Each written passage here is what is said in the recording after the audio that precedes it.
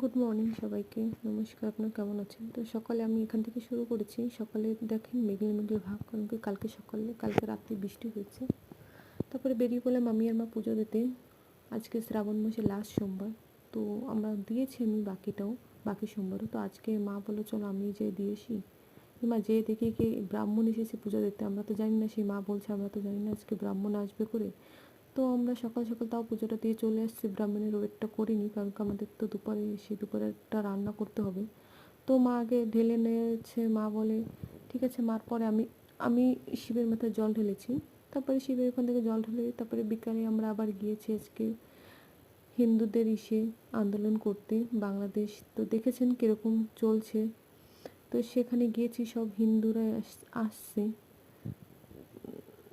তো এখানেই আমি বেশি ভিডিওটা বড় না করে এখানেই আমি খতম করছি। সবাই ভালো থাকবেন।